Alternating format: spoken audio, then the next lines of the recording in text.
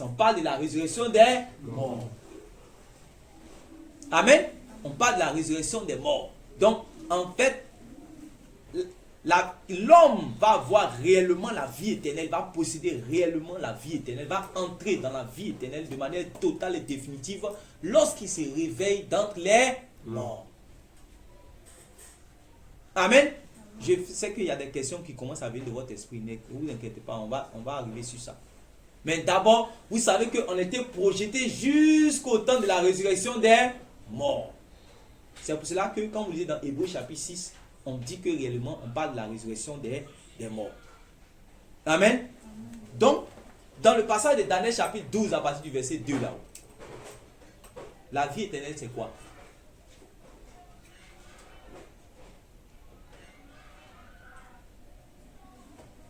C'est la résurrection. La vie éternelle, oui, c'est la résurrection, oui. Le salut c'est quoi? Ce que vous dites c'est ça. Ça veut dire que le fait maintenant d'être sauvé, le fait d'être sauvé, le fait d'hériter, hein, de posséder définitivement en fait de la vie éternelle dans le royaume de Dieu. Parce que en fait, celui à qui il est en train de parler qui est Daniel, Daniel s'apprête à mourir. Amen. Si vous lisez la suite, là, vous allez voir cela. Daniel s'apprête à mourir. Vous pouvez lire la suite, allez-y. verset 3. Oui. Ceux qui auront été intelligents brilleront comme la splendeur du ciel. Oui. Et ceux qui auront enseigné la justice à la multitude brilleront comme les étoiles. Oui. À tout jour et à perpétuité. Oui. Toi, Toi, Daniel, écoute maintenant. Toi, la parole de Dieu. Toi, Daniel, tiens secrète ces paroles tiens secret ces paroles. et scelle le livre jusqu'au temps de la fin. Oui. Plusieurs alors le liront et la connaissance augmentera. Oui. Et moi, Daniel, je regardais et voici, deux autres hommes se tenaient debout, l'un en deçà du bord du fleuve. Verset 13. Oui, va au verset très rapidement. On va aller. Et toi, Voilà. marche vers ta fin. Voilà. Il dit, et toi, marche vers ta fin. Donc, il s'apprête réellement à quoi? À mourir. On travaille ensemble. Il s'apprête à faire quoi? À mourir. Voilà. Donc, il a fini de marcher dans la justice. Vous savez que Daniel priait 3 fois par jour. Vous savez que Daniel a refusé de se prosterner devant les statues. Vous savez que Daniel a accepté même de rentrer dans la fosse au lion. Il a renoncé à, comment on appelle ça, à l'injustice. Et s'est attaché à la justice de Dieu. Vous voyez, non? Maintenant, il a fini de faire tout cela là. Il gagne quoi? Est-ce que il va aller se coucher dans la terre sans espérance? Donc, Dieu doit le mettre en confiance. Vous comprenez, non? Donc, maintenant, Dieu lui parle ici. Il dit quoi? Il dit, et toi, Et toi, marche vers ta fin. marche vers ta fin. Tu te reposeras. Tu te reposeras. Et tu seras debout pour ton héritage. Et à tu la fin seras des jours. debout pour ton héritage. À la fin des jours. Ah, c'est ce qu'on appelle la vie éternelle. Le fait de posséder définitivement, non seulement de se réveiller d'entre les morts, mais surtout de posséder définitivement son héritage. Hériter de la vie éternelle dans le royaume de Dieu, ça on appelle le salut. Mais vous avez vu que c'est projeté jusqu'à la fin. Amen. Donc quand c'est comme ça, ce que Dieu vient de lui faire là, c'est quoi? Une promesse. Oui, non? Promesse. Une promesse. C'est clair, non? Est-ce qu'on est en train de suivre un peu? Donc, il est en train d'établir, il est en train de lui faire une promesse. Il dit, ne t'inquiète pas, il faut dormir. La mort pour toi, là, c'est comme si tu te reposes, tu dors. Tu vas te réveiller après. Amen. Alléluia. Amen. Voilà. Mais, comme on a vu dans le chapitre 2, ça ne sera pas pour l'opprobre éternel. Parce que tu m'as montré ta fidélité. Donc, ton nom là, c'est inscrit dans mon livre. Quand tu vas te réveiller là, on va regarder, ton nom est dans mon livre. Tu vas te lever réellement pour la vie éternelle. Mais les autres que leur nom n'est pas dans mon livre là, eux ils vont se lever, mais ça sera pour l'opprobre éternel.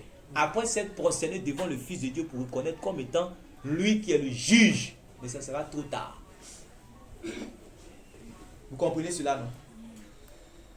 Vous comprenez cela? Amen. Ok. Donc, dans ce passage, qui peut définir encore, après d'avoir lu ces deux passages, qui peut définir ce que c'est que la vie éternelle?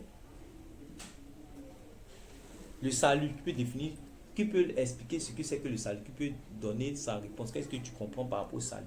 Oui, on va très rapidement.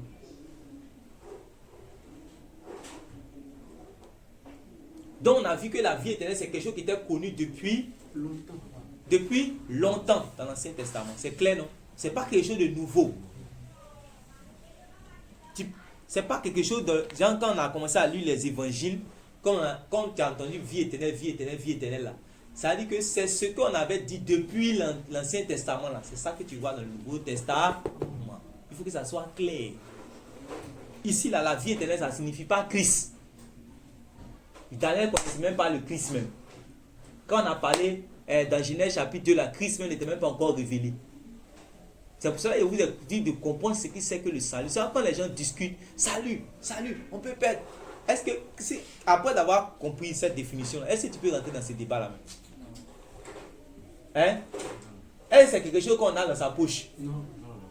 C'est une promesse qu'on te fait, même pas encore dans ta poche, tu as commencé à faire débat de est-ce que je peux perdre, est-ce que je ne peux pas perdre? Tu n'es pas encore là-bas. Une promesse qu'on te fait du fait que lorsque tu vas te réveiller dans les morts, le réveil, là, ce qui est là-bas. Ouais. Lorsque tu vas te réveiller d'entre les morts, c'est là que tu vas posséder cet héritage. C'est clair, non? Amen. Voilà. Prenons un autre passage. Donc, la vie éternelle a été connue depuis l'Ancien Testament parce que c'était une promesse. On a vu qu'il a fait la promesse à Daniel. La promesse que Dieu va faire à ses bien-aimés. C'est clair? Ok. Tite chapitre 1. Tite chapitre 1, disons le verset 1 à 2. Tite chapitre 1, verset 1 à 2.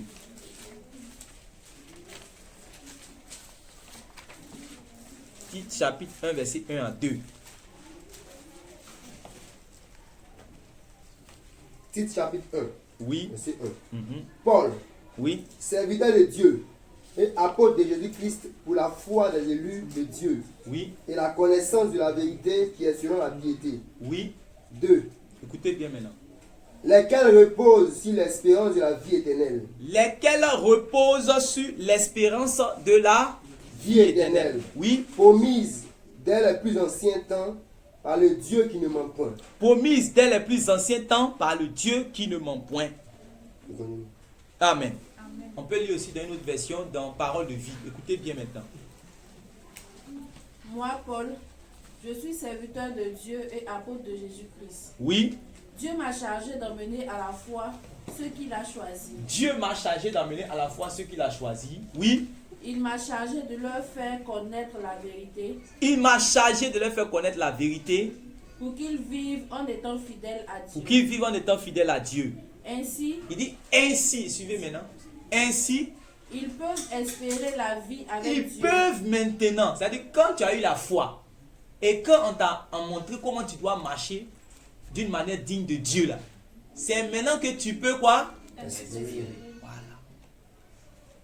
Ils peuvent espérer la Ils vie avec peuvent Dieu espérer la vie avec Dieu pour toujours. pour toujours. Dieu, Non, on peut t'arrêter là. Oui, vas-y. Dieu qui ne ment pas On dit Dieu qui ne ment pas, nous a promis cette vie. il nous a fait depuis cette toujours. promesse depuis toujours. Donc ça veut dire que c'est la promesse qu'il avait faite depuis à Daniel là. C'est ça que vous êtes en train de lire ici. C'est pour ça qu'il dit depuis toujours. Amen. Amen. Donc ici, le Seigneur, le passage vient d'établir que les chrétiens sont dans une espérance de la vie éternelle. Bien qu'ils ont reçu la foi, bien qu'ils ont reçu l'enseignement du Seigneur Jésus, bien qu'ils sont dans l'église, ils sont dans une posture d'espérance de cette vie. On dit ainsi, ils peuvent espérer. Amen. Amen. Amen. Donc, la vie éternelle ou bien le salut, c'est une promesse depuis les temps les plus anciens. Voilà. Depuis les temps les plus anciens. Et Paul qui a écrit cela, il était rempli du Saint-Esprit, n'est-ce pas? Amen. Amen. Amen. Il était rempli du Saint-Esprit puisque nous tous qui sommes ici. Mais il dit que lui, il allait apporter quoi? La vie éternelle ou bien l'espérance de la vie éternelle. L'espérance. Donc son message ne donne pas la vie éternelle. Automatiquement et définitivement. Son message donne L'espérance. ça. Si un chrétien n'est pas d'accord sur ça, il ne sait pas faire quoi pour lui.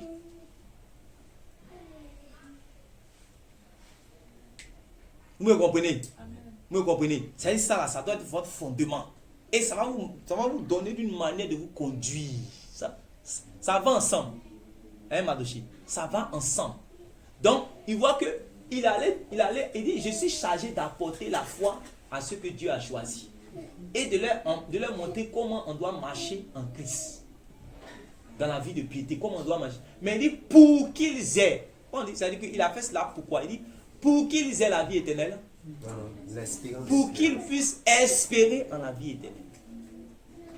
Ça là. C'est-à-dire, tant que ton cœur n'a pas accepté, tant que ton cœur n'est pas simple, que tu te joues les dieux, tu ne vas pas réellement accepter réellement cette vérité. Donc, vous et moi, et Paul, et Pierre, et tous les premiers apôtres et disciples, ils étaient dans une espérance. Alléluia. Amen. Ils étaient dans une espérance. Et cette espérance, vous pouvez le voir rapidement si vous êtes dans Éphésiens chapitre 2, verset 11.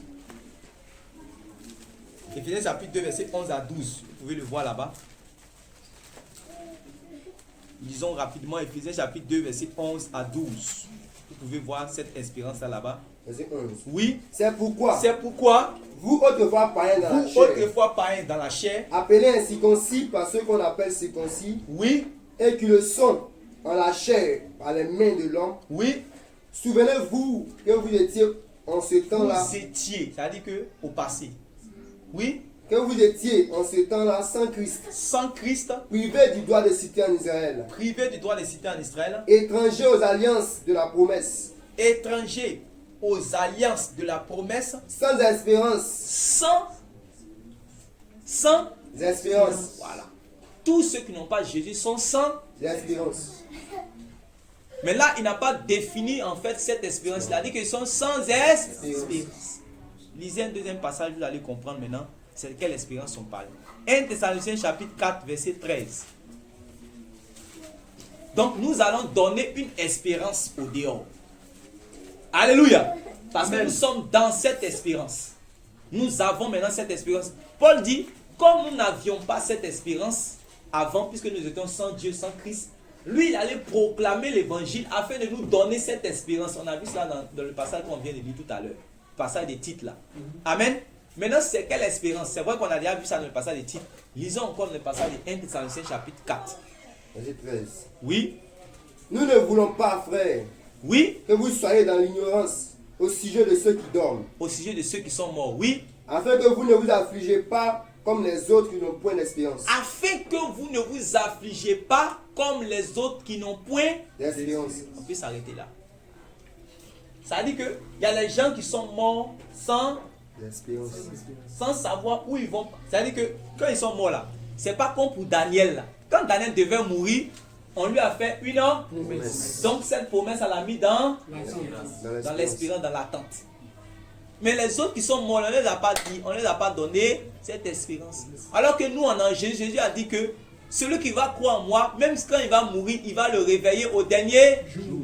Donc nous, on est dans une... On espère qu'un jour, Jésus va nous réveiller. Mais le païen qui est dans son péché là, il ne sait pas ça. Lui, il s'est dit que il va être jugé. Ça, au moins, c'est dans sa tête. C'est qu'un jour là, il va être jugé.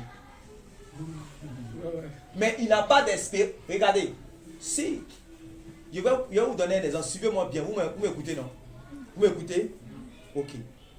Quelqu'un dit, lui, il va aller à la présidence, il va aller prendre 20 millions. Ça, c'est lui qui a dit ça. Et puis, quelqu'un à qui le président a envoyé un courrier, on lui a dit que on va te donner 20 millions. Donc, le mardi, l'autre veut partir, les deux veulent partir le mardi. Aujourd'hui est dimanche, non? Ils veulent partir le mardi. Lui, l'autre là, il dit, lui, il est assis ici, que, en tout cas, il va aller au palais. Il va tenter sa chance. Écoutez-moi bien, hein. Il va tenter sa chance, il va aller au palais pour aller faire une demande de 20 millions. Pendant ce temps, il y a un là. Lui, il est à la maison. Lui, on lui a dit que le mardi, on lui a envoyé courrier. On lui a dit que, viens prendre 20 millions au palais présidentiel. Entre les deux là, c'est-à-dire que les deux doivent partir le mardi. Entre les deux là, qui est dans une position qu'il va avoir. C'est lui qui a reçu le courrier.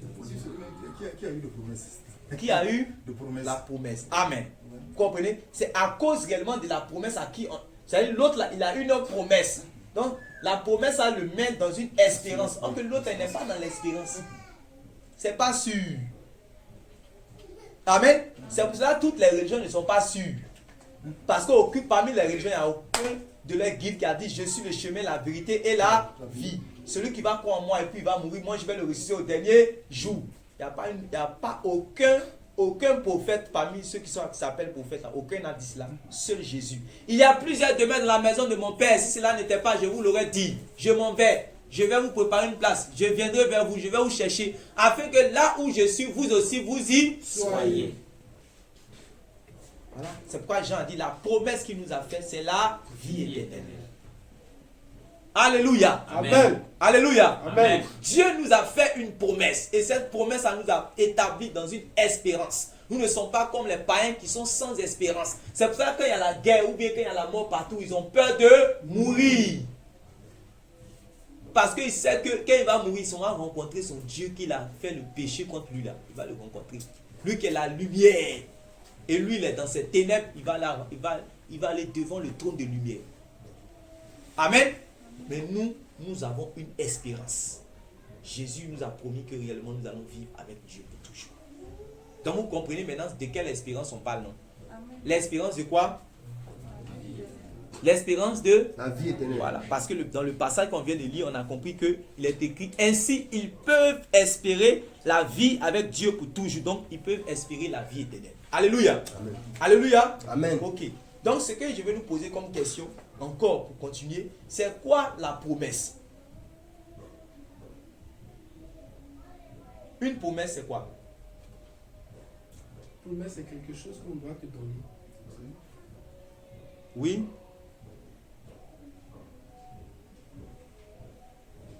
Bon, promettre. Promesse, c'est quoi promettre? Et on vous a dit, promettre, c'est quoi? Moi, je peux dire terre à terre, c'est. Promesse, c'est prétendre donner quelque chose dans un futur. Amen. Dans un futur, voilà. S'engager à faire quelque chose. S'engager à faire quelque chose. Faire une promesse. Voilà. C'est promettre quelque chose. S'engager à faire quelque chose. Comme le palais présidentiel s'engage à te donner les 20 millions le mardi. Est-ce que tu as déjà les 20 millions? Non. Mais le fait qu'on t'a déjà promis les 20 millions, même, tu peux commencer à dire, tu peux commencer même à... Fauteuil, fauteuil que, si quelqu'un vient dire que, ah, je veux le fauteuil, ça là. Tu dis, il faut prendre le fauteuil là. Quelqu'un me dit que, j'ai besoin de 2000. Même s'il te reste à 5000. Tu dis, ah, tiens, parce que tu sais que tu vas avoir 20 000. Vous voyez les gens qui sont méchants, qui sont durs, je ne veux pas donner. C'est pas, ils n'ont aucune espérance. Nous les chrétiens, c'est quoi Jésus a dit quoi? L'homme a dit que que dois-je faire de bon pour avoir la vie éternelle? Jésus a dit, tu vas faire ceci, tu vas faire ceci, tu vas faire ceci. Il dit, j'ai tout fait. Jésus a dit, la dernière chose que tu dois faire, tu sais c'est quoi? Tout ce que tu as là. Hein? Va vendre cela. Hein? L'argent que tu vas gagner. Prends cela, donne ça aux pauvres. Et puis viens et sur moi, tu vas avoir un héritage dans le ciel. C'est ce que Jésus lui a dit. Amen. Il a calculé ça, il a dit non. Quand il voit ce que lui possède là, c'est plus que ce que Jésus veut lui donner comme héritage dans le ciel. C'est plus que ça. C'est à cause de ça les gens sont méchants. Parce qu'ils pensent que ce que les miettes qu'ils ont sur la terre là, c'est plus que ce que Jésus va leur donner dans son royaume. C'est à cause de ça, quand les gens sont dans le besoin, ils ferment leur cœur. Dis que Dieu te bénisse, shalom. Que Dieu te bénisse. Hein. Dis à toi, je veux moyen du riz, ça, c'est difficile. C'est difficile. Dis à que Dieu te bénisse, shalom. Demain, il faut porter veste. On va venir à l'église là-bas. Pourtant, le gars dit qu'il n'a même pas l'argent pour moyen du riz. Toi, tu dis qu'il n'a qu'à porter veste pour s'asseoir devant, pour rentrer d'abord. Voilà ce que les gens appellent l'église aujourd'hui. Ah! Comment on appelle ça? La personne n'a même pas du riz même pour manger. Ah, il y a consultation prophétique. Il faut envoyer 10 000 plus bonnets rouges d'abord avant que tu vas consulter le prophète. Vous comprenez cela? Les gens sont devenus méchants. Amen. Mais si toi tu as une espérance qu'un jour tu vas vivre avec Dieu, et quand tu vas vivre avec Dieu, c'est dans sa gloire, comment est-ce que tu peux t'attacher encore? C'est pourquoi Jésus vous dit que ne vous amassez pas les trésors de ce monde-là, mais amassez-vous dans le ciel. Alléluia. Alléluia. Amassez-vous dans le ciel parce que vous avez une espérance. C'est ça, il dit que celui à qui on a promis de donner les 20 000, le palais présidentiel s'est engagé. Donc, Lui, il est dans une espérance. Il sait que bientôt, il va attraper ses 20 millions. Mais l'autre, là, il n'a aucune espérance. On ne lui a pas promis quelque chose. Alléluia. Amen. On ne lui a pas promis. On ne lui a rien promis. Donc, les païens sont sans espérance, mais nous sommes dans l'espérance. Mais nous sommes dans l'espérance de la vie éternelle. Alléluia. Prenons Romains chapitre 8. Prenons Romains chapitre 8. Romains chapitre 8, lisons le verset 24 à 25.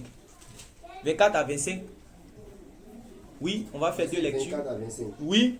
Car c'est en espérance que nous sommes sauvés. C'est en espérance que nous sommes sauvés. Or, l'espérance qu'on voit, l'espérance que tu vois, n'est plus espérance. C'est comme si ce n'est plus. C'est-à-dire que si on t'a promis de te donner 20 millions, que tu as déjà les 20 millions dans ta main, est-ce que tu espères encore? Non. Si on t'a promis la vie éternelle, on va parler clairement maintenant. Si on t'a promis la vie éternelle, que tu as déjà la vie éternelle, tu espères la vie éternelle encore? Non. Voilà pourquoi les chrétiens sont dans l'espérance de la vie éternelle. Je répète encore. Le palais présidentiel t'a promis les 20 millions. Si les 20 millions qu'ils t'ont promis là, c'est déjà dans ta main, est-ce que tu espères encore? Non. Ok. Maintenant, prenons le cas maintenant de la vie éternelle. Dieu t'a promis la vie éternelle. Si tu as déjà la vie éternelle actuellement où tu es assis devant moi là, si tu as déjà ça là, tu espères encore? Non. C'est clair, non? C'est clair? C'est ça que Paul va expliquer ici. Il dit quoi? Ce qu'on voit. Ce qu'on voit. Peut-on l'espérer encore? Est-ce qu'on peut l'espérer encore? Mais si nous espérons ce que nous ne voyons pas, mais si nous espérons ce que nous ne voyons pas, nous l'attendons avec persévérance. Voilà. Si tu n'as pas encore attrapé les 20 millions dans ta main là, c'est quoi tu attends les 20 millions avec persévérance. Tu pries même pour vivre, même pour pas que la mort va te trouver. Toi, tu vas attraper tes 20 millions. Amen. Amen. Tu peux lire avec cette version là. Car nous sommes sauvés. Oui. Mais ça en espérance. Oui. Or, voir ce que l'on espère. Voir ce que l'on espère. Ce n'est plus espéré. Qui en effet. Continue à espérer ce qu'il voit. Qui en effet continue à espérer ce qu'il a déjà vu ou même ce qu'il a déjà touché.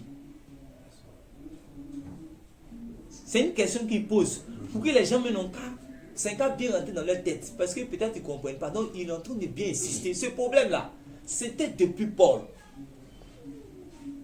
Oui. Qui en effet continue à espérer ce qu'il voit. Qui en effet continue à espérer ce qu'il voit. Mais si nous voyons ce que... Mais si nous voyons...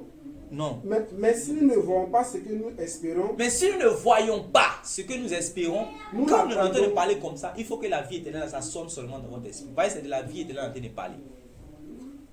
C'est du salut en train de parler. Mais si quoi? Mais si nous ne voyons pas ce que nous espérons, si nous ne voyons pas ce que nous espérons, nous l'attendons avec alors nous sommes dans une attente. Amen. Nous sommes dans une attente. Nous attendons cela. Donc, quand la promesse vient, puisque la promesse vient pour établir une espérance, que je te dis que je vais te donner les 20 millions, tu espères les 20 millions. Je vais te donner la vie éternelle, tu espères la vie éternelle. Je vais te marier. Tu espères à te marier. Mais tu n'es pas. C'est clair, non?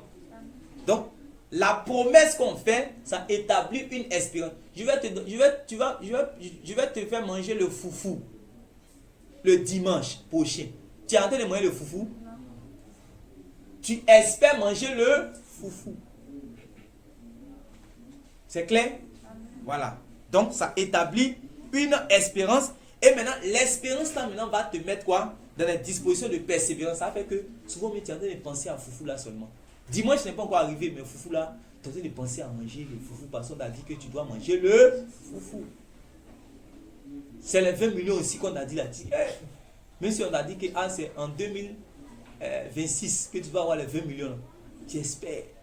En tout cas, un jour. Cela, ils n'ont qu'à faire. C'est pas grave. Moi, je sais qu'un jour là, je sais que mes 20 millions vont tomber. Tu es dans l'espérance et l'espérance ça te met dans la persévérance au point où même malgré qu'il y a les difficultés, tu crois toujours. Tu crois toujours, ça on appelle la persévérance. Tu crois toujours, tu te bats pour que tu puisses attraper ce qu'on t'a promis. C'est ça la vie éternelle là, c'est ça. Alléluia. Amen.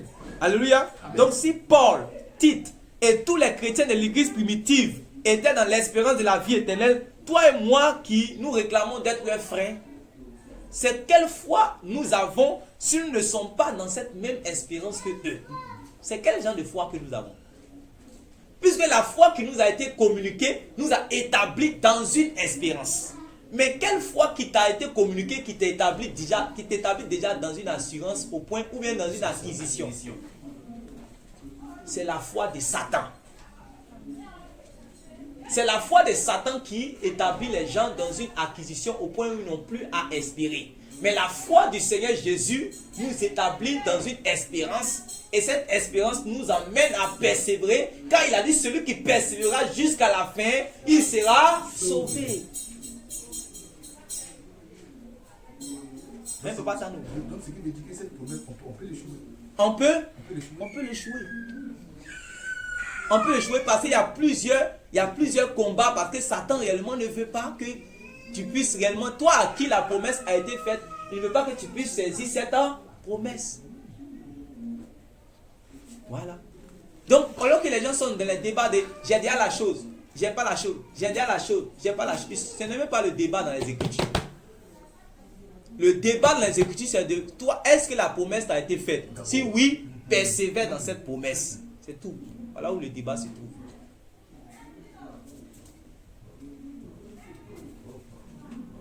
Alléluia. Alléluia. Donc, restons fermes dans cette espérance. Que rien ne vienne réellement nous séduire. Alléluia. 1 Jean chapitre 2, verset 25.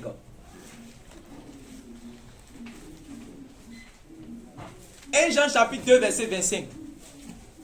1 Jean chapitre 2, verset 25. Oui. Et la promesse qui nous a été faite, c'est la vie éternelle. Et la promesse qui nous a été faite, c'est la vie éternelle. voilà. Tous ceux qui sont devenus enfants de Dieu, là, la promesse que Jésus a faite à tous les enfants de Dieu, c'est quoi?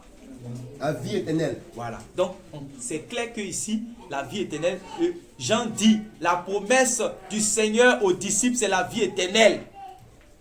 Amen. C'est pour cela que quand vous lisez Jean 3, verset 16, Jean 3, verset 16 dit quoi? Car Dieu a tant aimé le monde. Car Dieu a tant aimé le monde Qu'il a donné son Fils. qu'il a donné son Fils unique Afin que quiconque croit en lui afin que quiconque croit en lui ne périsse point, ne périsse point, mais ait la vie éternelle. mais ait la vie éternelle. Ça là, c'est une espérance, mais c'est une acquisition. C'est une expérience. Donc vous devez bien lire le verset, vous devez bien comprendre le verset. Vous comprenez maintenant, non? C'est pour ça la Bible là, si tu n'as pas lu tout le conseil là, tu passes à côté. Parce que ici, Jésus a fini de parler. Et puis Jean, quand il a entendu Jésus parler là, il dit que Jésus nous a mis dans une promesse. Toi, tu dis Jésus t'a donné. Vous n'êtes pas même, vous ne croyez pas là. Vous n'avez pas lu là. Lui, il dit il a entendu Jésus, il a touché Jésus. Hein? Toi, c'est juste que ça fait 2000 ans, tu as attrapé Bible, qu'on a traduit tout ça là. Mais c'est toi qui discutes avec l'apôtre Jean. Jean dit la promesse que Jésus lui a faite là, c'est la vie éternelle. Donc lui, il espère la vie éternelle. Donc quand il écrit dans l'évangile, car Dieu a tant aimé le monde qu'il a donné son Fils unique afin que quiconque croit en lui ne périsse point, mais qu'il ait la vie éternelle. Jean est en train de parler d'une espérance. Jean n'est pas en train de dire que c'est dans la poche d'un chrétien. Est-ce que vous comprenez cela? Amen. Vous comprenez cela? Amen. Voilà. Parce que ici, on est dans les épîtres. On a déjà traversé les évangiles. Ici, il est en train d'expliquer tout ce que Jésus a dit. Ce que lui a compris que Jésus a dit. C'est ça qu'il vient de dire actuellement. C'est clair? C'est clair? Amen. Voilà. C'est pour cela qu'on va lire dans Jean 3, le verset 16 là. On va lire cela dans une autre version. Dans deux versions encore, on va voir quelque chose. Donc, on connaît la version normale que nous disons chaque fois, voilà. Afin que quiconque en lui ait la vie éternelle, Car Dieu a tant aimé le monde qu'il a donné son Fils unique, afin que quiconque en lui ne périsse point, mais qu'il ait la vie éternelle. Lisons dans Parole de vie. Écoutez bien maintenant. Jean 3, le verset 16. Jean 3, le verset 16. Oui, Dieu a tellement aimé le monde Oui, Dieu a tellement aimé le monde. qu'il a donné son Non, Fils. lis à partir du verset 15. Écoutons bien maintenant. Lis à partir du verset 15. Ainsi, Ainsi, tous ceux qui croient en lui tous ceux qui croient en lui auront la vie avec auront la vie avec Dieu Dieu pour toujours. pour toujours. Donc vous comprenez la définition de la vie éternelle, non? Continue. Oui, Oui, Dieu a tellement aimé le Dieu monde a tellement aimé le monde qu'il a donné son Fils. qu'il unique. a donné son Fils unique. Ainsi, Ainsi, tous ceux qui croient en lui tous ceux qui croient en lui, ne se perdront pas ils ne se perdront pas loin de Dieu, loin de Dieu, mais vivront avec lui pour toujours. mais ils vont vivre avec lui pour toujours. Donc tu vois que quand il lit Jean 3, 16, ce n'est pas un... C'est une promesse. Hey. Amen. Jean 3, 16, c'est une promesse. Car Dieu a tant aimé le monde qu'il a donné son Fils unique, afin que quiconque croit en lui ne périsse point, mais qu'il ait la vie éternelle. Là, c'est une promesse. Quand tu lis avec cette version que tu comprends clairement. Normalement, on n'allait même pas continuer dans l'affaire de version, mais parce qu'on a déjà compris cela. Amen. Donc, on va prendre un autre passage encore dans Romains chapitre 6, le verset 22. Donc, les passages sont nombreux, mais on n'est pas venu ici réellement pour mettre les passages, mais ça peut vous aider. C'est pour ça que c'est important réellement parce que nous sommes dans un enseignement. Amen. Amen. C'est important d'établir bien les fondements. Les passages sont nombreux, les passages sont forts et on ne peut pas résister réellement à ces passages assis dans le cœur simple. Tu ne peux pas. Ça va t'attraper, tu es obligé d'accepter la volonté de Dieu. Romains 6, 22. Mais maintenant, Tout ce qu'on a vu là, on va lire ce passage qu'on est en train de lire, vient encore même pour appuyer cela. Écoutez bien. mais maintenant, Oui, étant affranchis du péché ceux qui sont affranchis du péché. et devenus esclaves de Dieu, Celui qui est affranchi du péché, c'est qui? C'est celui qui a entendu l'évangile et qui s'est repenti, qui a été lavé par le sang du Seigneur Jésus. Donc, il est affranchi du péché. Donc, on parle du chrétien. Oui, est devenu esclave de Dieu, étant affranchi du péché. Donc, quand tu es affranchi du péché, tu es esclave de Dieu pour vivre dans la justice. Oui, vous avez pour fruit la vous sainteté. avez pour fruit. Tu es un arbre et le fruit que tu portes, c'est quoi? La sainteté. La sainteté. Oui. Et pour fin, la vie éternelle. Et pour fin, la vie éternelle. Donc, selon ce verset-là, identifions le fruit, identifions la fin. Ensemble. C'est quoi le fruit, c'est quoi la fin? Le fruit, c'est la sainteté. Ce sont les œufs. Les œufs. Le fruit, ce sont Les bonnes œufs. les bonnes œuvres, c'est-à-dire la sainteté. Oui. Et puis, la fin, c'est quoi? La La vie vie éternelle. Vous avez vu quoi? Donc, on dit que la fin, c'est la vie éternelle. C'est pour ça que la vie éternelle est une promesse. Ce n'est pas quelque chose que tu as mis dans ta poche, tu as acquis, c'est là. Et puis comme les bandits de Gédéon là disent que oui, c'est quelque chose, tu as déjà ça dans ta poche, au point où tu peux même faire tout ce que tu veux. Tu as une sécurité éternelle, tu peux te mettre même avec une prostituée, tu meurs dedans, tu vas au ciel. Vive le bon vin, vive le bon vin. Ils sont de vivre dans la perversion et disent que réellement ils ont déjà la vie éternelle, ils ne peuvent jamais perdre. D'après eux, enfant de lion ne peut jamais devenir enfant de chat. Ils n'ont qu'à s'amuser. C'est l'une des personnes mal faites. Ils n'ont qu'à s'amuser. Les enfants de Dieu là, ils sont dans quoi? Une espérance. C'est pour ça que Jean va dire dans 1 Jean chapitre 3 que ce que, il dit, bien aimé, nous sommes enfants de Dieu, mais ce que nous serons n'a pas encore été Manifesté. Voilà. Lorsque cela sera manifesté, nous le verrons tel qu'il est, nous serons semblables à lui. Quiconque a cette Espérance. quoi? Se purifie. Il se purifie lui-même. Comment le Seigneur est pur. Donc si tu ne te purifies pas là, c'est comme si tu as cru en vain. Amen. Amen. Tu ne te purifies pas, c'est comme si tu as cru en vain. Parce que ta finalité, tu dois aboutir à la vie éternelle. Ce n'est pas la mort éternelle que tu dois aboutir. Si tu marches dans les œuvres de la mort, ta finalité, c'est la mort éternelle. Si tu marches dans les œuvres de la vie, ta finalité, c'est la vie éternelle. On ne peut pas marcher sur le chemin qui conduit à la vie et puis tomber en enfer. Ce n'est pas possible. On ne peut pas marcher sur le chemin qui conduit à la mort et puis tomber par hasard, comme si c'est le jeu de l'auto, tu trouves en même temps au ciel. Ce n'est pas possible. Même si tu es arrivé même à te trouver là, il y a une parabole qui dit que moi te prendre, moi te mets au dehors. Matthieu chapitre 22. Mais si tu es arrivé au hasard quand tu t'es trouvé là-bas, là, dans la salle. On dit quand le roi est rentré dans Matthieu chapitre 22, celui-là qui n'avait pas l'habit là, on l'a pris même. On dit, mon ami, comment est-ce que tu as fait pour entrer ici et puis tu n'as pas les mêmes habits que les autres? Il était là, il ne pouvait pas parler. On a appelé les gardiens, on dit, liez-lui les pieds et les mains et jetez-le dans les ténèbres du dehors, là où il y a les pleurs et les grincements de dents. Montrez-moi le quartier qu'on appelle pleurs et grincements de dents qui se trouve au ciel. Il y a un quartier comme ça au ciel, pleurs et grincements de dents, c'est en enfer. Alléluia. Amen. Alléluia. Lisons dans Parole de vie, le même passage. Lisons dans Parole de vie le même passage. Donc, on a identifié le fruit et on a identifié la fin. Quand tu as déjà identifié ces deux choses-là, tu vois que tu es amené à te conduire d'une manière digne de l'évangile. Puisque tu sais que la finalité, c'est la vie éternelle. Mais si tu n'es pas enseigné sur ça là, c'est ça que tu fais et puis tu t'amuses à ta vie. Et les gens même sont là. Moi, je suis chrétien, moi, je suis colérique. C'est comme ça, je suis colérique. Mais comme je suis déjà converti, ce qui est sûr, quand il y a un en haut là, Dieu va avoir pitié de moi. Moi, je suis nerveux. Mais il ne sait pas qu'en réalité, tout ça là, on dit tes fruits là, ça va aboutir à ta fin. Et c'est pas que tu comprends. Tu comprends, non? C'est en fonction de tes fruits que tu vas aboutir quelque part. Ça là, ça a été planté, le décor a été planté depuis Jean-Baptiste. Il a dit que la cognée est mise à la racine.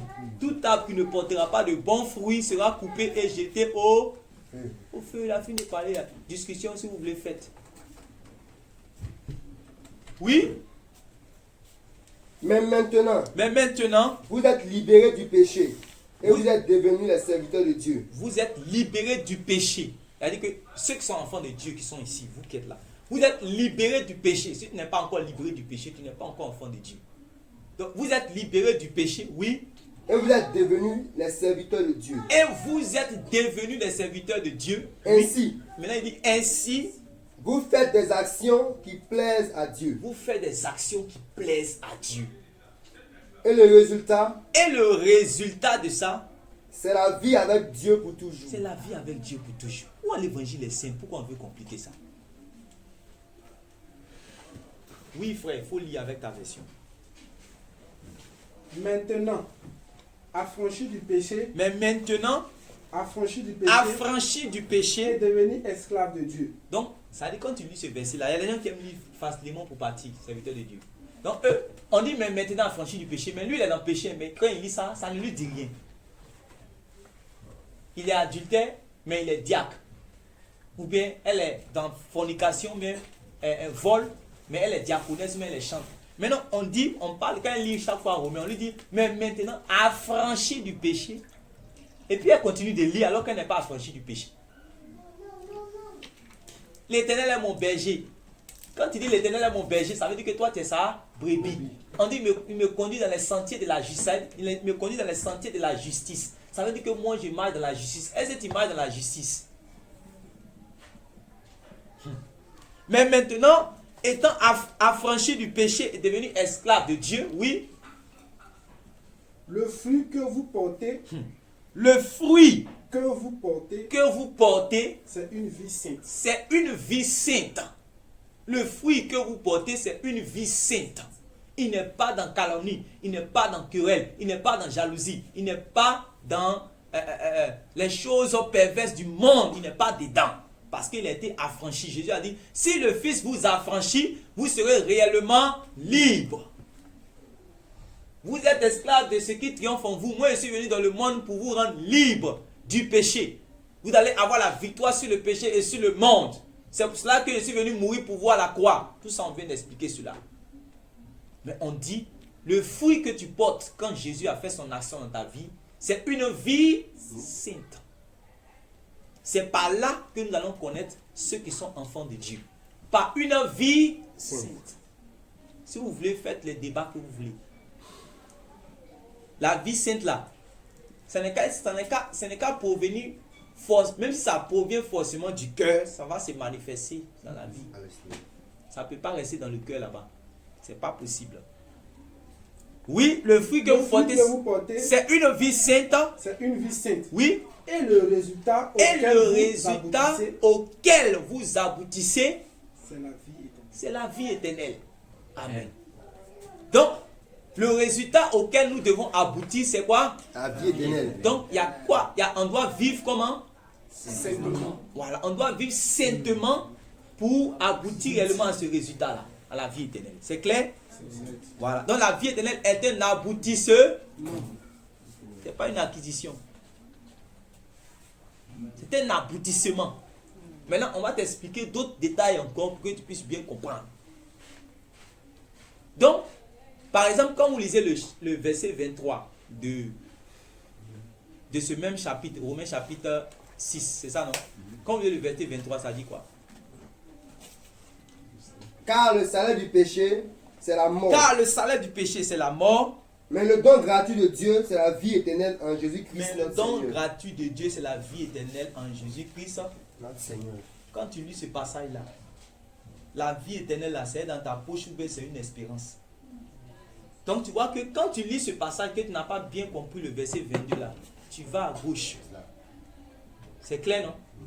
C'est clair? Amen. Donc tu dois lire d'abord le verset 22 pour comprendre comment on fait pour parvenir à la vie éternelle, pour savoir si c'est un don gratuit ou pas.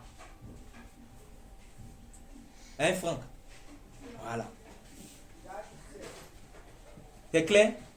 Voilà. C'est pour cela qui lit le verset 22 jusqu'au verset 23. Vous allez voir comment c'est clair.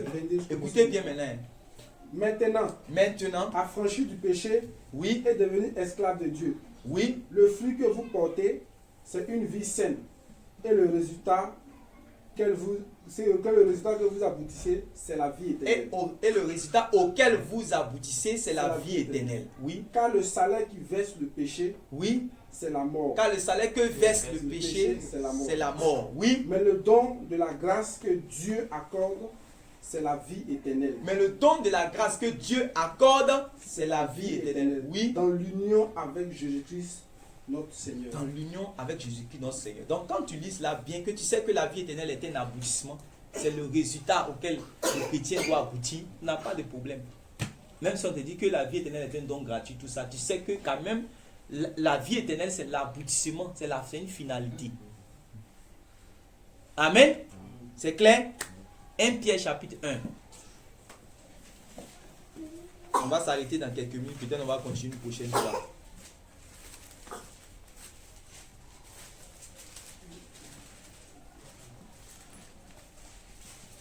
Un Pierre chapitre 1 Pierre chapitre 1. Lisons le verset 13. Ça va confirmer encore ce qu'on vient de lire. Amen. 1 Pierre chapitre 1. Voilà, parce que quand on dit mais le don gratuit de Dieu, c'est la vie éternelle en Jésus-Christ. Mais à quel moment tu vas avoir la vie éternelle? Il faut qu'on t'explique ça. Le don gratuit de Dieu, c'est à quel moment Dieu va te donner ce don aussi? Il faut bien écouter maintenant. 1 Pierre chapitre 1, le verset 13. C'est pourquoi, saignez les reins de votre entendement. Oui. Soyez sobres et ayez une entière espérance. Oui. Et ayez une entière espérance dans la grâce qui vous sera apportée lorsque Jésus apparaîtra. Frère, il faut lire aussi. Écoutez bien encore. C'est pourquoi.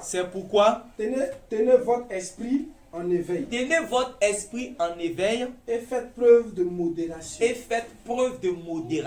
Mettez toute votre espérance. Dans la grâce qui vous sera accordée. Dans la grâce qui vous sera accordée. Le jour où Jésus-Christ apparaîtra. Jésus est apparu. Non. On dit que tu attends une grâce que Dieu va t'accorder. C'est pour ça que, comme vous avez vu, on dit, mais le don gratuit de Dieu, c'est la vie éternelle en Jésus-Christ. C'est ça qu'on est en train de parler ici. le fait de vivre avec Dieu pour toujours. C'est par Jésus que nous allons vivre avec Dieu pour toujours. Sans Jésus, c'est par l'apparition du Seigneur Jésus que nous allons vivre avec Dieu pour toujours. Vous comprenez cela? Voilà. Donc, c'est pourquoi tenez votre esprit en éveil et faites preuve de modération. Mettez toute votre espérance dans la grâce qui vous sera accordée le jour où Jésus-Christ apparaîtra. Amen. Le jour où Jésus-Christ apparaîtra. C'est clair. Parole de vie, quelqu'un peut lire parole de vie. C'est important. On va étudier ces choses-là. C'est très important. Il faudrait que les choses soient bien posées également en chacun de vous. Parce qu'aujourd'hui, malheureusement, comme j'ai l'habitude de dire, c'est l'une des vérités fondamentales les plus mal comprises dans le milieu chrétien. Et les plus discutées. C'est pourquoi, Oui, soyez prêts à l'action. oui, Restez attentifs. Mettez toute votre espérance dans le don que vous allez là-bas recevoir. maintenant on dit don, vous avez vu non? Mais le don gratuit de Dieu, c'est la vie éternelle. Ils sont dans les débats, mais est-ce qu'ils ont lu toute la Bible? Est-ce qu'ils ont lu tous les versets qui répondent réellement à ce qui... C'est-à-dire que pour comprendre le conseil de Dieu, voilà un don, on est en train de parler que toi aussi tu es appelé à recevoir sans que tu fais les débats, mais tu sais pas qu'il y a un don qui t'attend. Donc que tu es en train de faire le débat, si tu y as ou bien si tu n'as pas, on dit que tu attends cela. Mettez toute votre espérance Dans le don que vous allez recevoir. dans le don que vous allez recevoir quand? Quand Jésus-Christ paraîtra. Quand Jésus-Christ paraîtra. Donc, il est clair que Dieu donne gratuitement la vie éternelle en Jésus-Christ. Oui, on est d'accord. Mais à quel moment ce don ou cette grâce-là est accordée? Quand Jésus-Christ paraîtra. Ça, c'est vrai? C'est vrai? Amen. Vous êtes sûr de vous? Amen. Voilà. Quand Jésus-Christ paraîtra. Au moment où le Seigneur Jésus-Christ paraîtra. Voilà pourquoi le verset 22 de qu'on appelle ça, de Romains chapitre 10 là, c'est-à-dire que c'est un aboutissement. Parce qu'on a dit la fin, c'est la vie éternelle. Amen. La fin, c'est la vie éternelle. Voilà. Maintenant, on va lire un autre passage dans Jean chapitre 3, le verset 36. C'est important. Peut-être c'est sur ça qu'on va... On va voir si c'est sur ça. Je vais vous poser aussi certaines questions par rapport à ça pour établir certaines vérités dans nos esprits par la grâce de Dieu. Amen. Chapitre 3, verset. Voilà, parce que ça, c'est les versets maintenant qui parlent au présent. Amen. Puis je vais essayer de nous expliquer bien les choses. Parce que tout est une question de la définition même de ce que c'est que le salut ou la définition de ce que c'est que la vie éternelle. Vous venez de comprendre maintenant la définition. Ok. Jean 3, 36. Celui qui croit au Fils à la vie éternelle. Celui qui croit au Fils à la vie éternelle. Oui, celui qui croit au Fils à la vie éternelle. Ok. Celui qui ne croit pas au Fils ne verra point la vie. Celui qui ne croit pas au Fils ne verra point la vie. Mais la colère de Dieu demeure sur lui. Mais la colère de Dieu demeure sur lui. Amen. La première chose à savoir quand on lit ce passage, c'est d'abord de savoir même ce que c'est que la vie éternelle. S'il est dans un débat pour dire non, la vie éternelle, parce que nous on vient de comprendre que la vie éternelle c'est quoi? C'est une promesse. Oui, c'est une promesse, mais c'est quelle promesse? Une promesse que nous allons recevoir lorsque Jésus paraîtra. La promesse de la vie avec Dieu pour toujours. Voilà ce qu'on appelle le salut. Voilà ce qu'on appelle la vie éternelle. Donc quand tu as compris ça déjà, vous n'êtes pas sur le même débat. Vous n'êtes même pas sur le même débat. Lui, il va te dire, non, c'est pas ça la vie éternelle. La vie éternelle, c'est Jésus. Tu vois? Et quand c'est comme ça, c'est facile. Moi, j'ai plusieurs fois entendu cela. Ou bien la vie éternelle, c'est Christ. C'est Christ parce que Jésus est rentré dans la maison des Zachée. Et puis il a dit, aujourd'hui, le salut est rentré dans ta maison. C'est trop facile de prendre ces raccourcis-là. Donc, tu vas prendre le fait que Jésus est rentré dans la maison des Zachée pour établir la doctrine de la vie éternelle qui était une chose promise dès les temps les plus anciens. C'est quand il y a les gens qui, quand la Bible, là, il faudrait que tu puisses bien lire. Alléluia. Amen. Promise dès les temps les plus anciens par le Dieu qui ne ment point. On te dit c'est une promesse. Et Jean même, Jésus est venu quand Jésus est mort, quand Jésus est parti s'asseoir dans le ciel là-bas. Jean dit que la promesse que Jésus lui a faite, c'est la vie éternelle. Toi, tu dis non que la vie éternelle, là, c'est la personne du Seigneur Jésus. Maintenant, quand on va te dire non, il faut bien qu'on t'explique. Tu as dit non, que voilà. Parce que le fait que maintenant je vous dise, la dernière fois, j'étais en train de parler avec quelqu'un, puis je lui disais que, il est en train de parler de non, salut, voilà, le salut c'est Jésus. Il dit, le salut c'est Jésus, c'est trop facile. Qu'est-ce qui n'est pas Jésus? Le salut c'est Christ, qu'est-ce qui n'est pas Christ? La lumière c'est qui? La vie c'est Christ. L'esprit c'est qui? Tout ce que tu veux, si tu veux, il faut faire. Qu'est-ce qui n'est pas Christ? Le bras de Dieu, c'est qui? L'agneau de Dieu. L'alpha et l'oméga. C'est trop facile. Quand on définit bien là, ce que c'est que la vie éternelle là, c'est là que réellement tu dois bien comprendre. Amen. Amen. Amen. Donc quand Jésus dit qu'il est la vie éternelle, est-ce que c'est faux?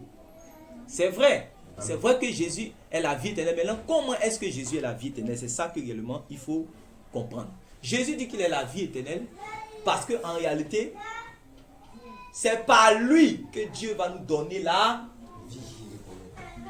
Amen. Amen. Jésus dit qu'il est le salut. Dans la Bible même, on l'appelle l'auteur du salut. Amen. C'est lui qui est l'auteur du salut. Je prends un exemple. Quand il y avait comment on appelle ça, élection en Côte d'Ivoire ici là. On appelait le président de la République comme en 2010 là. La solution. La solution. Amen. On appelait la solution. Mais on disait ça par rapport à quoi? Est-ce que quand tu as remplacé, quand tu as relé dans le dictionnaire là, à la place de la solution là, c'est le nom du président là que tu vas voir. Mais quand on dit la solution là, ça veut dire quoi? Quand il disait la solution là, c'était pour dire quoi? C'est lui qui a apporté la solution. Comment? C'était pour dire qu'il était l'auteur de la solution. C'est un titre. C'est tout. Pour dire que c'est lui qui va apporter la solution. Mais ce n'est pas partout où tu vas avoir solution, là, ça veut dire que le nom du président. Quand on dit la vie éternelle, c'est parce que c'est Jésus qui va donner. C'est pour ça qu'il peut dire je suis la vie éternelle. Et ce n'est pas faux. Parce que c'est lui qui va donner. Mais la vie éternelle là, ce n'est pas que la vie éternelle signifie Jésus. Pas ça. La vie éternelle, c'est-à-dire que c'est la vie avec Dieu pour toujours. Sinon, le passage de Daniel qu'on a lu dans l'Ancien Testament, ça ne va pas avoir de sens. Parce que quand Dieu dit à Daniel que à la fin, je vais te réveiller pour la vie éternelle. Ceux dont le nom n'est pas écrit dans le livre là, eux, ils ne vont pas rentrer dans la vie éternelle. Eux, ils vont aller dans l'opprobre éternel. Où est Jésus là-bas? Est-ce que lui-même, il connaissait le nom de Jésus, tout et tout. Mais il connaissait ce que c'est que la vie éternelle. Voilà. On dit c'est cette promesse-là que Dieu a faite depuis les temps les plus anciens. Donc, quand les disciples et quand ceux du temps de la loi, jusqu'au temps du Seigneur Jésus, jusqu'à après la mort du Seigneur Jésus, quand ils attendaient vie éternelle là, c'était ce que Dieu avait dit à Daniel. Parce qu'il a dit, la vie éternelle, nous espérons à la vie éternelle qui nous a été promis par le Dieu qui ne ment point depuis les temps les plus anciens, depuis l'Ancien Testament. Amen. Amen. Amen. Voilà. Donc, on va revenir au verset que nous sommes en train de lire. Écoutons bien maintenant le verset que nous venons de lire. Écoutons bien. Jean 3. Jean 3, 36. Suivons bien. Celui qui croit au Fils a la vie éternelle. Celui qui croit au Fils a la vie éternelle. Celui qui ne croit pas au Fils ne verra point la vie. Soulignez, ne verra point. Celui qui croit au Fils ne verra point la vie. Mais la colère de Dieu demeure sur lui. Voilà, maintenant il va nous poser une question. Tous ceux à qui nous avons témoigné de l'évangile, tous ceux à qui nous avons prêché l'évangile, et puis qui n'ont pas accepté aussitôt que nous leur avons annoncé l'évangile, est-ce qu'ils sont automatiquement perdus pour la souffrance éternelle? Est-ce qu'ils sont en enfer? Non. Non. Est-ce qu'ils sont déjà morts éternellement? Non. Parce que nous sommes encore dans le temps de la grâce. Et ils vivent encore. Et tant qu'ils vivent, Dieu encore peut les toucher pour qu'ils puissent changer. Donc tant que dure le temps de la grâce, tant qu'ils vivent, il est possible qu'ils parviennent à la repentance et à l'absolution de leurs péchés. Amen. Amen. Amen. Mais quand vous lisez dans le même verset là, on dit celui qui croit au Fils de Dieu à la vie et celui qui croit au Fils à la vie. Celui qui ne croit pas au Fils ne verra pas la vie. C'est en quel temps? Au futur. Voilà, ne verra pas la vie. Vous comprenez, non? Ne verra pas la vie. Donc on voit que la vie éternelle là est mise, c'est quoi? Au futur. Ça veut dire qu'aussi la colère, de la même manière que tu conçois que la colère là c'est au futur, c'est de la même manière aussi que tu dois concevoir aussi que la vie éternelle aussi c'est au futur. C'est comme ça que tu dois comprendre ce verset là. Donc le fait qu'on te dise, on dit que celui qui croit au Fils à la vie là, tu dois comprendre ce que ça veut dire. Parce que dans le même verset, Jésus va dire que celui qui ne croit pas ne verra point la vie. C'est clair, non? Amen. Lisons 1 Pierre chapitre 3, le verset 7. Donc on vient de lire Jean 3, verset 36. On vient de lire Jean 3, le verset 36. On va bien comprendre, on va défricher ce verset-là bien. C'est pour que vous puissiez comprendre, pour que nous puissions comprendre c'est-à-dire que ce que dit exactement ce verset-là. C'est ça qu'on est en train de bien voir. 1 Pierre 3, 7. Donc, c'est pour ça que quand nous lisons la Bible, nous devons bien lire. Dans le Jean 3, 36 là, il y a déjà à quel moment Dieu accorde la vie éternelle là. Parce qu'il a dit, il ne verra point la vie. Et on vient de concevoir que tous ceux à qui tu prêches, quand tu leur prêches là, quand ils disent que je ne crois pas au Seigneur Jésus, laisse-moi, il faut quitter là-bas, votre affaire de Jésus revient là. Il faut me laisser. Bon, quand tu viens lui prêcher, puis il ne croit pas comme ça. Il est déjà mort éternellement. Il est déjà perdu éternellement. Il est en train de brûler en enfer. Non. Maintenant, pourquoi tu crois que quand toi tu lui prêches maintenant, puis il croit là, la vie éternelle est déjà dans son corps? Pourquoi tu crois ça? On dit, quand il ne croit pas là, il ne verra point. La colère là, ça demeure sur lui, mais il ne verra point la vie. Pour dire que la vie là, ça, on te montre à quel moment Dieu donne cette vie là. 1 Pierre 3, le verset 7. Le jour où il avait donné ce passage-là, ce passage qu'on va lire tout à l'heure là. Le jour où il avait donné cela à une sœur qui peut commencer à lire. Elle avait dit, comment on appelle ça même, elle était étonnée en fait, parce que quand elle a commencé à lire, ça ne parlait pas au départ de la vie éternelle. Mais j'insiste sur ça parce que je veux nous faire comprendre que tous les enseignements que nous lisons dans la sainte doctrine là, amen, dans les épîtres là, c'est en vue du salut. Voilà pourquoi l'enseignement du salut, c'est l'enseignement le plus important. Parce que la sanctification, c'est en vue du salut. Le brisement, c'est en vue du salut.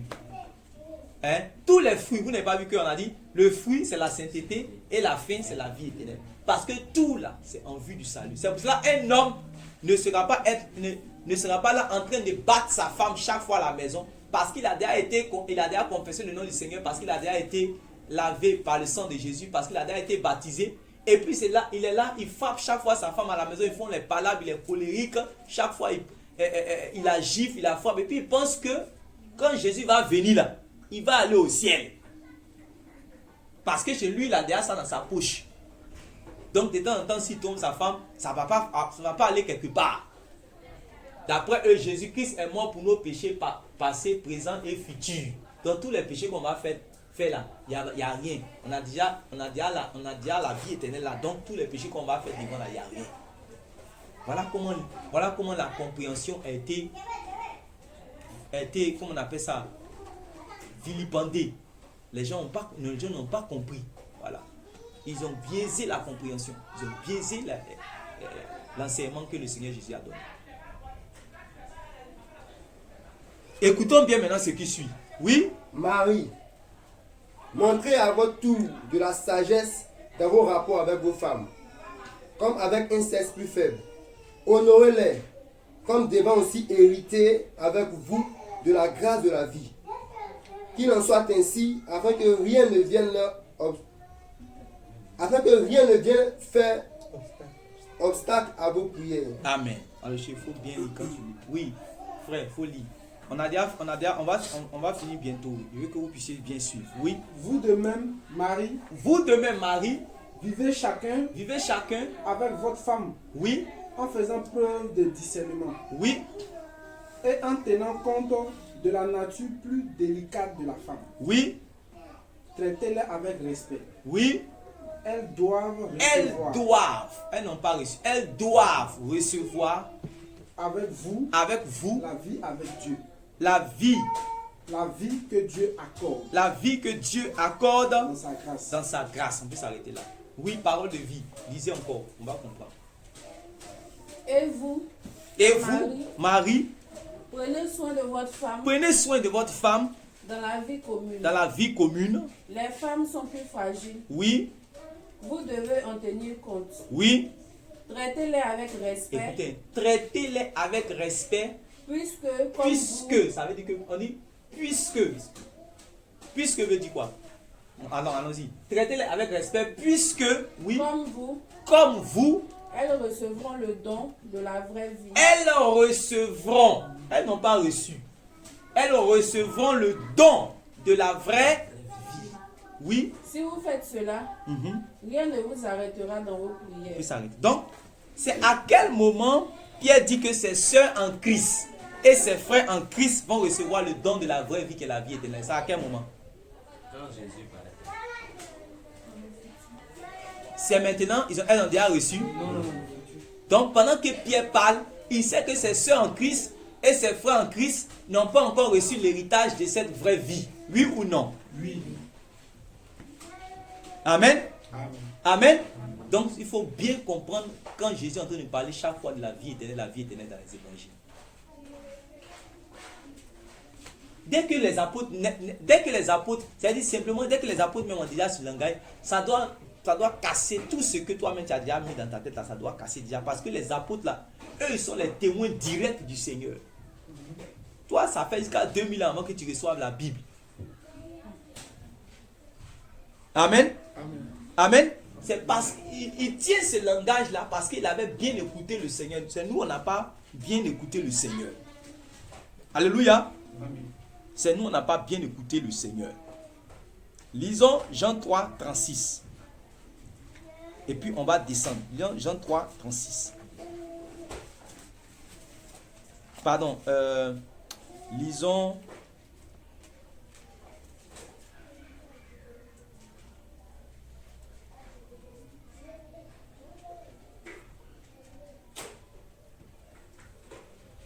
C'était Jean 3, 36, on avait lu tout à l'heure, non?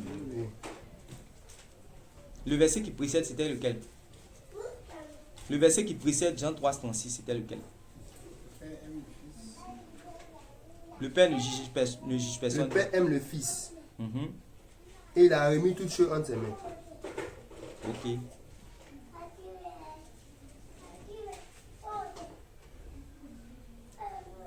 Ok, on va prendre dans Jean 5, verset 22. On va prendre Jean 5. Jean 5 aussi là-bas a été dit. On va terminer par là. Il y a beaucoup de choses à dire. Mais bon, avec le temps, je ne sais pas si on va avoir beaucoup de temps. Jean 5, verset 22. Le Père ne juge personne, mais il a remis tout jugement au Fils. Voilà. Le Père ne juge personne, mais il a remis tout. Parce que notre étude, on est en train de voir plusieurs choses à la fois. On est en train de parler certes de la vie éternelle, mais on a dit que c'est selon notre enseignement tout à l'heure de la résurrection des morts, du jugement. Mais en fait, je vous ai dit que tout ça, ça répond à la même chose. Tous les enseignements de la Bible, là, la finalité, là, c'est pour la vie éternelle. C'est pour ça qu'il dit, on est en train d'étudier la vie éternelle, mais vous avez dit, et le jugement éternel et la résurrection des morts, ça répond toujours à la vie éternelle. Ne vous inquiétez pas, ça va aboutir là-bas. Amen. Ok, réponds le verset suivant bien maintenant. Le Père ne juge personne, Le Père ne juge personne. mais il a remis tout jugement au Fils. Donc ça veut dire que quiconque ne croit pas au Fils de Dieu, toute religion qui ne croit pas au Fils de Dieu, c'est terminé pour elle. Parce que c'est lui qui va juger. Il dit non, nous on croit en Allah, nous on croit en Allah.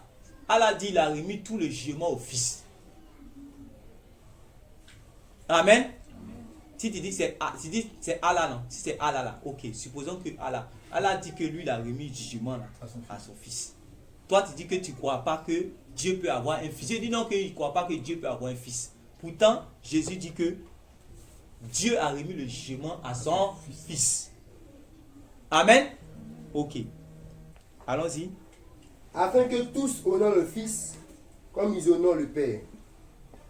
Celui qui n'honore pas le Fils n'honore pas le Père qui l'a envoyé. En vérité, je vous le dis, celui qui écoute ma parole et qui croit à celui qui m'a envoyé a la vie éternelle et ne vient point en jugement, Oui. mais il est passé de la mort à la vie. Vous voyez, quand vous lisez ces passages comme ça, calmez-vous. Lisez jusqu'au bout. Répète encore le passage. En vérité, Oui. je vous le dis, Mhm. celui qui écoute ma parole Oui, et qui croit à celui qui m'a envoyé oui, a la vie éternelle oui, et ne vient point en jugement, oui. mais il est passé de la mort à la vie. Mais il est passé de la mort à la vie. Lisez encore. Continue, tu vas voir. En vérité, je vous le dis, Oui. l'heure vient, Mhm. et elle est déjà venue, Mhm. où les morts entendront la voix du Fils de Dieu. L'heure vient, elle est déjà venue, où les morts entendront la voix du Fils de Dieu. Oui. Et ceux qui l'auront entendu vivront. Et ceux qui l'auront entendu vivront. Car, Oui. comme le Père a la vie en lui-même, Il dit, voilà. Comme le Père a la vie en lui-même. Voilà. La vie en lui-même, c'est quoi? la vie éternelle. La vie éternelle, c'est l'immortalité. Comme le Père a la vie en lui-même, oui, Ainsi, ainsi, il a donné au Fils il a donné au Fils d'avoir la vie en lui-même. d'avoir la vie en lui-même, c'est-à-dire cette vie éternelle. Il a transmis ça dans son Fils. Donc c'est lui seul, son Fils là, qui transporte la vie éternelle quand il était sur la terre. C'est pourquoi il a dit que celui qui est l'esprit est un esprit vivifiant. C'est-à-dire un esprit qui donne aussi la vie. Donc c'est le Fils de Dieu qui a en lui la vie en lui-même, comme le Père a la vie en lui-même. Le Père lui a transmis réellement cette vie-là. C'est clair, non? C'est ça qu'on appelle avoir la vie éternelle en soi-même. Il faut bien comprendre. Lisons maintenant. Et il lui a donné le pouvoir de Et juger, il lui a donné le pouvoir de juger parce qu'il est Fils de l'homme. parce qu'il est Fils de l'homme. Ne vous étonnez pas de cela, Ne vous étonnez pas de cela. Suivez bien maintenant ce qui suit. car l'heure vient Car l'heure vient. où tous ceux qui sont dans les sépulcres Voilà. entendront sa voix Tous ceux qui sont dans les sépulcres entendront sa voix et en sortiront. et en sortiront. Ceux qui auront fait le bien Ceux qui auront fait le bien, ressusciteront pour la vie. ça veut dire qu'ils vont avoir la vie éternelle. Oui. Mais ceux qui auront fait le mal Ceux qui vont faire le mal, ressusciteront pour le ils jugement. ressusciteront pour le jugement. Quand vous lisez ce verset, et puis vous lisez le passage de Daniel qu'on vient de lire là, c'est pas la même chose. Donc quand il dit que celui qui croit au Fils a la vie éternelle, il ne vient point au jugement parce qu'il est passé de la mort à la vie, il n'est pas en train de dire qu'en réalité la personne a déjà la vie éternelle. C'est toi qui dois bien comprendre en lisant tout. Parce que Jésus n'a même pas encore fini. C'est comme si Jésus est en train de tenir un discours et puis tu prends juste la partie qui est en haut alors qu'il n'a pas encore fini de parler. Vous comprenez? Il est en train de dire maintenant c'est à quel moment cette personne-là a la vie éternelle, parce qu'il a dit que cette personne-là ne va pas passer au jugement. Le jugement n'a pas encore eu lieu. Comment on lit la Bible? Le jugement n'a pas encore eu lieu. On est en train d'étudier quoi actuellement? Le jugement éternel. Le jugement n'a pas encore eu lieu. Amen. Voilà. C'est pour cela qu'on dit que maintenant pourquoi Jésus tient ce langage-là? Jésus tient ce langage-là parce qu'en réalité, si tu as réellement cru en lui, tu es prédestiné à ne pas comparaître devant réellement ce tournant pour être jugé.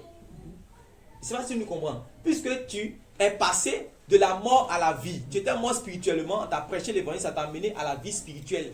Et je vous ai dit quoi? Il y a la mort spirituelle, il y a la mort physique et il y a la mort éternelle. C'est la même année aussi. Il y a la vie spirituelle. Amen. Vie physique, vie éternelle. Vous comprenez cela, non? Donc, quand tu es passé de la mort à la vie, là, tu es passé de la mort spirituelle à la vie spirituelle. Maintenant, tu attends la vie éternelle, voilà, au dernier jour. Ah, Seigneur.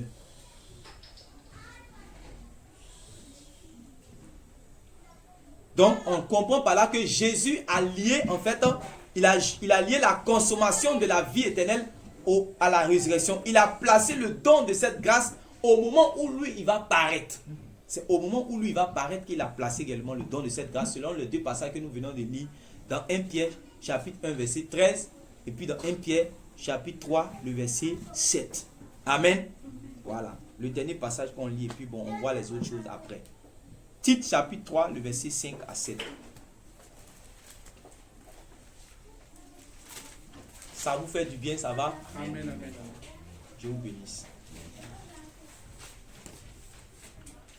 Tite, chapitre 3, Tite, chapitre 3, verset 5. verset 5.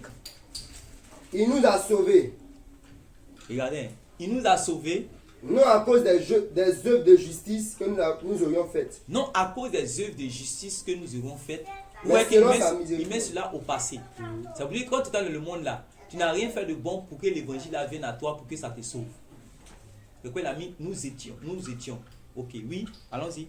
il nous a sauvés, Oui, non à cause des œuvres de justice que nous aurions faites, oui, mais selon sa miséricorde, oui, par le baptême de la régénération et le renouvellement du Saint-Esprit, oui, qui a répandu sur nous avec abondance par Jésus-Christ notre Sauveur, oui, afin que, justifiés par sa grâce, afin que justifiés par sa grâce, nous devenions nous devenions en espérance héritiers de la vie éternelle. de la vie éternelle. Cette Oui. parole est certaine. Cette parole est, Certaine. tu peux lire maintenant pour toi ici, avec la version ici. S'il l'a fait, ce n'est pas parce que nous avons accompli des actes conformes à ce qui est juste. Non. Il nous a sauvés parce qu'il a eu compassion de nous, en nous faisant passer par le bain purificateur de la nouvelle naissance. Oui. C'est-à-dire en nous révélant par le Saint-Esprit. Oui, Cet esprit, il l'a répandu sur nous avec abondance oui, par Jésus-Christ notre Sauveur. oui. Il l'a fait pour que, Il l'a fait pour que déclaré juste tu aies été déclaré juste par sa grâce, par sa grâce. nous devenions co-héritiers, Nous devenions héritiers, héritiers, selon oui, notre espérance de la vie éternelle. selon notre assurance, Espérance. selon notre acquisition, Non. selon notre Espérance. espérance de la vie éternelle. Amen. Amen. Amen. Donc, selon le passage que nous venons de lire, est-ce qu'on peut dire qu'un vrai chrétien est sauvé? Oui. Parce qu'on vient de lire que il nous a sauvés. Maintenant, tu es sauvé comment? En espérance. Une espérance. La dernière fois, étant en train de parler de l'exemple de, par exemple, quand il y a la guerre au pays, là, je ne sais pas si j'ai expliqué ça. Il y a la guerre dans tout le pays. Dans tout le pays, ça chauffe, il y a la guerre, Et puis, le gouvernement français, là, ils ont leur camp ici. Quand ça chauffe, là, ils mettent leurs citoyens là-bas. Ils ont fait les choses en stratégie. Donc, ça fait que quand ça a chauffé, si ça chauffe dans tout le territoire du pays, ils vont partir chercher leurs ressortissants. Si c'est à Mao, si c'est à Mankono, si c'est à Séguéla, si c'est à Boaké, ils vont partir prendre ils vont les envoyer en hélicoptère ou au 43e Bima. Donc, pendant que ça chauffe partout, il y a la mort partout là. Eux, ils sont tranquilles, ils peuvent se réveiller le matin, ils mangent leur croissant, leur café, tout et tout. Voilà. Mais où ils sont là? S'ils s'amusent réellement à sortir du camp, ils mettent leur vie en... Donc, ça fait que, d'abord, ils n'espèrent même plus, puisqu'ils ont tout gâté leur bien, parce que quand il y a les guerres, là, les pillages, tout et tout. Donc, où ils sont là, ils n'espèrent plus à rester ici. Ils espèrent maintenant à partir dans leur pays d'origine. C'est la même manière aussi que Jésus aussi a fait. Quand Jésus est venu nous sauver là, c'est dans un territoire ennemi qu'on appelle le monde, où le Dieu de ce monde là s'appelle Satan. Vous n'êtes pas au courant, dans les versets. Amen. Vous n'êtes pas au courant que le Dieu de ce monde c'est le diable. Le Dieu de ce monde, on appelle le Dieu de ce siècle. Il y a beaucoup de versets comme ça on appelle le prince de la puissance de l'air. On appelle le Dieu de ce siècle qui a aveuglé les bouteurs. Il a aveuglé les prostituées. Il a aveuglé les féticheurs. Il les a trompés pour qu'ils ne puissent pas voir briller la splendeur de l'évangile. Christ crucifié, ils ne puissent pas réellement voir cela. C'est pour ça qu'ils sont incrédules. Tous les francs-maçons, les rosicruciens, tous ceux qui tournent les films de pornographie et qui chantent les chansons du monde, ils font des concerts, des méga concerts pour avoir des milliards, pour comment on appelle ça, pour gâter la vie de nos jeunes sœurs là. C'est parce que le diable les a voilés, le diable les a séduits. Afin qu'ils ne puissent pas voir briller la splendeur de l'évangile que nous sommes en train de voir. Alléluia. Amen. Maintenant, quand Jésus t'a sauvé là, est-ce qu'il t'a envoyé directement au ciel? Il t'a sauvé, t'a laissé où? C'est pourquoi il a dit dans Jean chapitre 17, vous êtes dans le monde, mais vous n'êtes pas du monde. Donc il te sauve, mais il te met dans un endroit qu'on appelle le corps du Christ. C'est comme quand ils ont pris les gens dans la guerre, là, on les prend, on les met au 43e Bima. Maintenant, on va envoyer cargo pour venir les chercher ou les transporter dans leur pays là-bas. C'est pour ça que nous aussi on attend le Seigneur Jésus. Il va venir nous chercher, il va nous transporter dans notre pays qui est le royaume de Dieu. Donc tu espères, bien que tu sois dans un certain repos en Christ, bien que tu sois dans un repos au 43e Bima, tu attends l'avion qui va venir te chercher. Parce que on dit, arrivé à un certain moment, on va tout gâter dans le pays, tout sera gâté. Donc il faut qu'on attend l'avion, on va venir nous chercher pour partir. C'est la même manière aussi que le monde sera détruit. C'est pourquoi nous ne devons pas espérer les choses dans le monde. Nous sommes assis avec Christ dans les lieux célestes. Étant donné que nous sommes assis avec lui dans les lieux célestes, nous devons nous focaliser sur les choses d'en haut. Alléluia. Nous devons nous focaliser sur les choses d'en haut et non sur les choses là qui sont en bas sur la terre. Nous devons nous focaliser sur l'avènement de notre Seigneur Jésus-Christ. Plus que tout. Alléluia. Amen. C'est ça.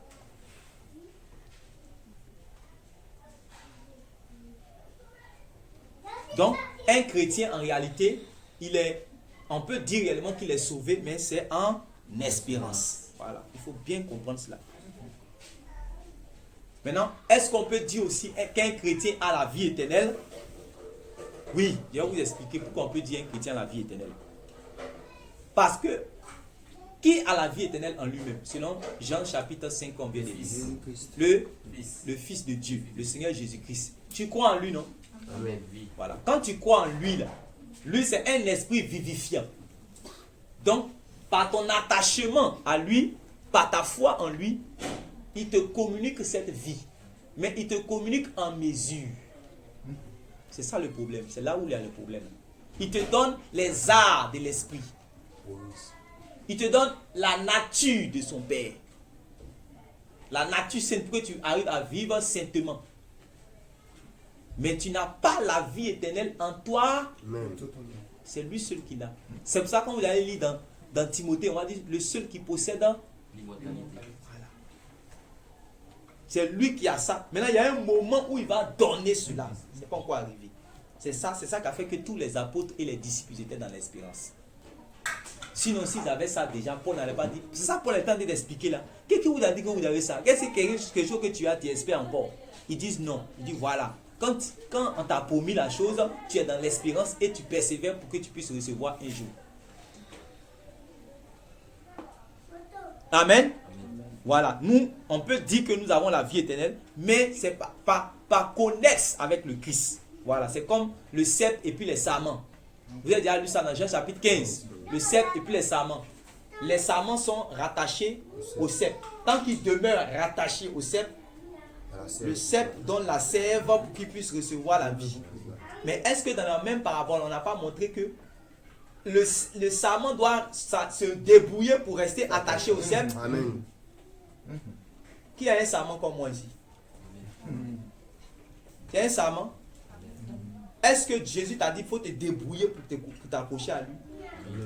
Hein? Amen. Donc débrouille-toi pour t'accrocher à lui. Si tu le quittes, tu meurs. Amen. Amen. Voilà. C'est toi qui dois te débrouiller pour essayer. C'est dans la même parabole, c'est dans comment on appelle ça même, dans la même histoire, la même parabole que Jésus a dit. Si quelqu'un demeure, reste attaché, il va porter beaucoup de fruits. S'il ne reste pas attaché, il ne va pas porter de fruits. Non seulement le vigneron va venir le couper. Vous comprenez cela? Voilà. Donc, le vrai chrétien, tant qu'il va demeurer attaché réellement au Christ, la vie qui est en Christ là, cette vie-là réellement va déborder aussi en lui. Mais lui-même, il n'a pas la vie en lui-même. Parce qu'il y a un temps où Dieu va donner la vie là, en chacun, de manière totale. C'est pas encore arrivé. On appelle cela, c'est-à-dire que c'est ça que, comment on appelle ça? C'est ça que Dieu va donner à la résurrection des morts. C'est ça que Dieu va donner à la résurrection des morts. Tout ça là, peut-être dans la deuxième partie, on va voir cela. Mais déjà, vous êtes en train de comprendre. Voilà. Le vrai chrétien n'a pas la vie en lui-même. C'est un mortel que le diable peut encore séduire et perdre s'il ne veille pas et ne persévère pas dans la fermeté de sa foi au Fils de Dieu. Selon Jean chapitre 15. Sinon, on n'allait pas dire dans l'église que le diable rôde comme un lion cherchant qui va dévorer. Ça n'a pas de sens. Quand il n'y a pas quelqu'un qui doit se perdre là, tous ces versets n'ont même pas de sens.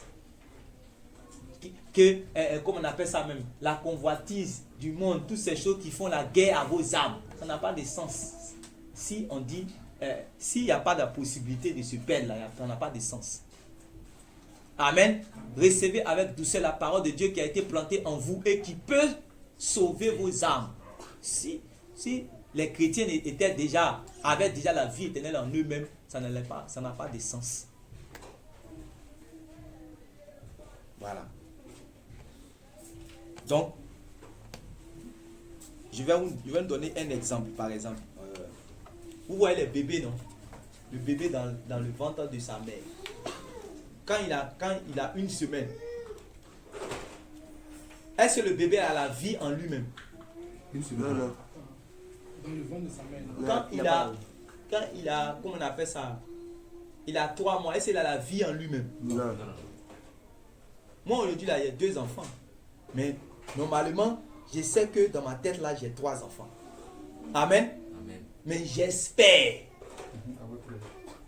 J'ai 3 enfants, le 3e enfant en espérance. Même celle qui porte l'enfant, là, elle a 2 enfants. Le 3e enfant, c'est en espérance. Si le bébé là, qui est dans le ventre, qui n'a pas lui-même la vie en elle, puisqu'il vit par attachement à sa maman. Quand elle mange, il mange. Si elle s'amuse à manger n'importe quoi là, ça va tuer le bébé. Quand il y a des médicaments, on dit que femme enceinte ne prend pas. C'est pas ça. Manger, on dit qu'il y a manger qu'elle ne mange pas. Parce qu'elle transporte la vie. Mais si le bébé s'amuse, tu sors avant le temps, bien que tu es sorti, tu vas mourir. Parce que tu dois être formé en maturation d'abord avant de pouvoir sortir. Parce que tu n'as pas la vie en toi. Quand tu vas être formé en maturation, que tu vas sortir là. Quand ils m'ont dit accoucher, délivrer, et puis le bébé a commencé à crier, quoi? Là on dit il a la vie en lui-même. Vous comprenez cela? Donc nous devons rester réellement attachés à Jésus-Christ. Attachés à Jésus-Christ jusqu'à ce que réellement nous devenions semblables à lui.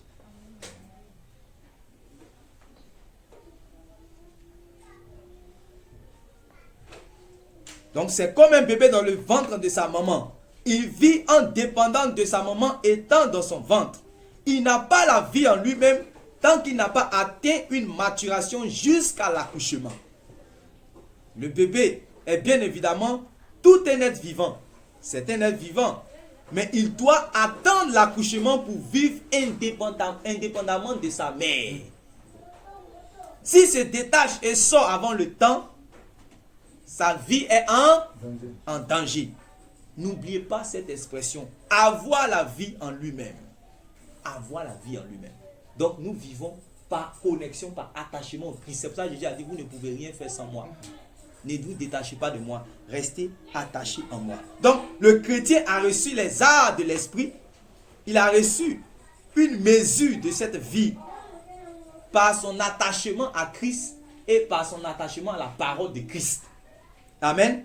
Amen. Mais là, il a reçu cette vie telle une sémence, comme une promesse, comme une garantie. Amen. Voilà pourquoi on lui dit qu'il est encore dans l'espérance. Mais ce n'est pas quelque chose que Dieu a déjà déposé totalement en lui. Sinon, si Dieu a déposé totalement en lui, alors il sera semblable au Fils de Dieu. Mais s'il espère être semblable au Fils de Dieu, ça veut dire qu'en réalité, il espère avoir la vie éternelle en lui-même comme le Fils de Dieu a la vie éternelle en lui-même.